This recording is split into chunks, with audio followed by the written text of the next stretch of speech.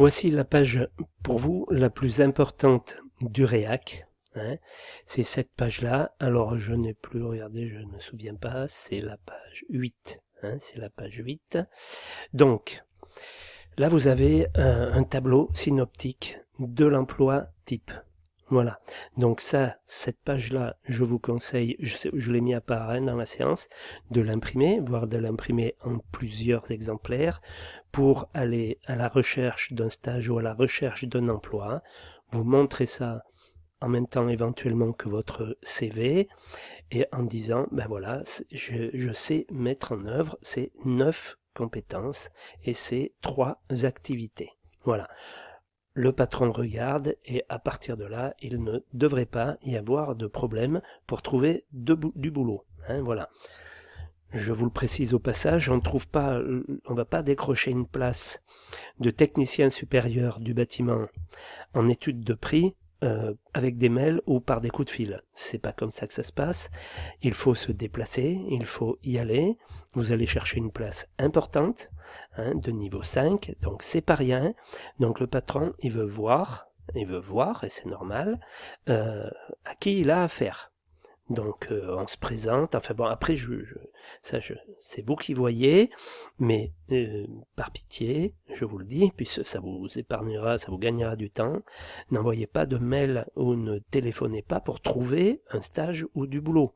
Ça ne fonctionnera pas, vous ne trouverez jamais de travail comme ça ou de stage comme ça.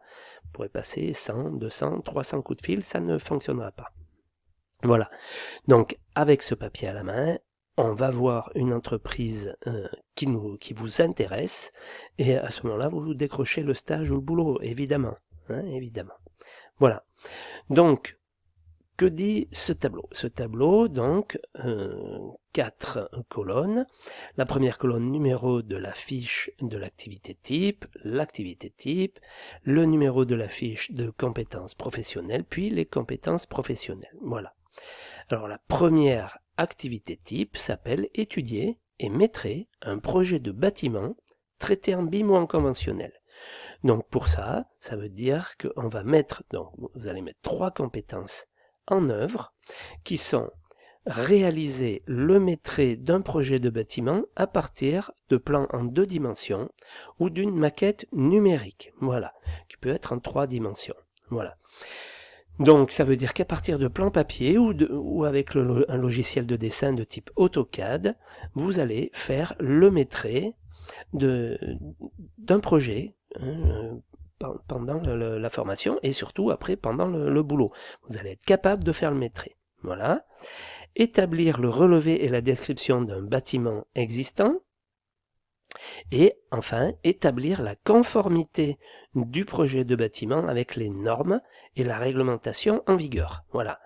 Donc, ça veut dire que sur par exemple, le relevé et la description d'un bâtiment existant, ça concerne la réhabilitation, par exemple, la rénovation. Eh bien, le projet que vous allez faire devra être conforme aux diverses réglementations et aux diverses normes. On va passer 5 semaines sur la réhabilitation. Le maîtrise, pour vous, ça doit vouloir dire équivalent technologie. Voilà. Je dirais que cette première activité-là, étudier et maîtriser un projet de bâtiment, ça veut dire que vous connaissez la techno. Voilà. Donc, pour mettre en œuvre ces 3 compétences, soit cette première activité, on va y passer 17 semaines. 17. Ok? Voilà. Donc, pour maîtriser la techno, avoir vu la réhabilitation et les réglementations. Mettre en œuvre les réglementations. Voilà, on aura appris à dessiner, etc. Pour tout ça, 17 semaines. Ensuite, répondre à l'appel d'offres d'un projet de bâtiment traité en BIM ou en conventionnel. Donc là, on retrouve la compétence numéro 4, définir l'organisation d'un chantier de construction. Donc il faut savoir organiser un chantier, donc voir le plan d'installation de chantier, enfin, on va voir ça. Donc ça, c'est la compétence 4. Puis on revient à la 1, parce que forcément, il faut connaître la techno pour pouvoir répondre à un appel d'offres. Donc, réaliser le maîtrise, bon, enfin, vous connaissez maintenant la 1. Voilà. Puis la 5, consulter les fournisseurs ou les sous-traitants pour un projet de bâtiment. Vous voyez, c'est une compétence. C'est une compétence d'appeler au téléphone ou de se déplacer, prendre la voiture et aller voir un sous-traitant ou d'appeler un fournisseur pour qu'il passe au bureau et vous expliquer son produit, enfin, etc. Donc, consulter les fournisseurs ou sous traitants, c'est une compétence. Hein, j'insiste. Calculer le prix de vente au déboursé d'un projet de bâtiment, bon ça c'est la moindre des choses, hein, c'est le nom de votre titre. Donc calculer le prix de vente, c'est à partir de différentes données que vous aurez mises au point, vous allez déterminer à combien vous allez vendre le projet. Et puis ensuite, l'activité type 3, contrôler et optimiser la réponse à l'appel d'offres d'un projet de bâtiment. Eh bien, il y a la compétence 7, argumenter l'offre de prix d'un projet de construction, donc l'aspect commercial est important. Argumenter, étayer rédiger une notice, ou même à l'oral, savoir présenter son projet, déjà le vendre à son patron, déjà, et après l'avoir vendu au patron, donc être capable de présenter son projet à un client. Voilà. La compétence 8, étudier les variantes et optimiser les modes opératoires pour un projet de bâtiment. Eh bien, au niveau de l'appel d'offres, il était prévu certains matériaux, etc. Dans votre entreprise, on a trouvé mieux, quelque chose de plus rapide à poser, qui va coûter moins cher ou aussi cher, mais qui va permettre au client de gagner du temps parce qu'on va le mettre en œuvre plus rapidement ou parce que le matériau coûte moins cher, enfin que sais-je. Donc, on va proposer des variantes. Eh bien, à vous d'étudier les variantes et de voir si par rapport à l'offre de base, vous êtes plus cher, moins cher, enfin comment améliorer les choses. Voilà.